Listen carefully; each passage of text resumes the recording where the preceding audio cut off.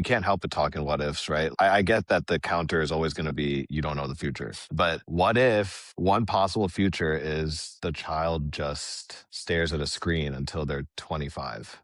And then what do you do? Do you not feel like that was a failure as a parent? The reason why I think it's acceptable to speak in such a hypothetical, even though we don't know the future, I think it is acceptable to speak with such a hypothetical as an argument in this case, because in quote unquote normal parenting, a parent that is involved and concerned that their child becomes capable, independent, adults won't allow it to get to that point. But a sovereign child parent will just agree with whatever Not the kid well, not says. necessarily. No, you're still interested in your child growing to become an independent, successful contributor to society. Of course you're interested, Yeah, and but then you facilitate that, and to the best of yeah, and then your ability to right, convince the child right, that and then they should so do something so so other than then watch what's a the best screen. way to do it? Is the best way to do it is to create all these rules and force people to do it, and then create all this resentment and have your child rebel when they're teenagers years, and then that might have certain results where they do things behind your back, and they might have all the other negative consequences that we could also go what if scenarios. All these what if scenarios about respecting children's sovereignty. You could think of the worst potential what if scenario, but then I could think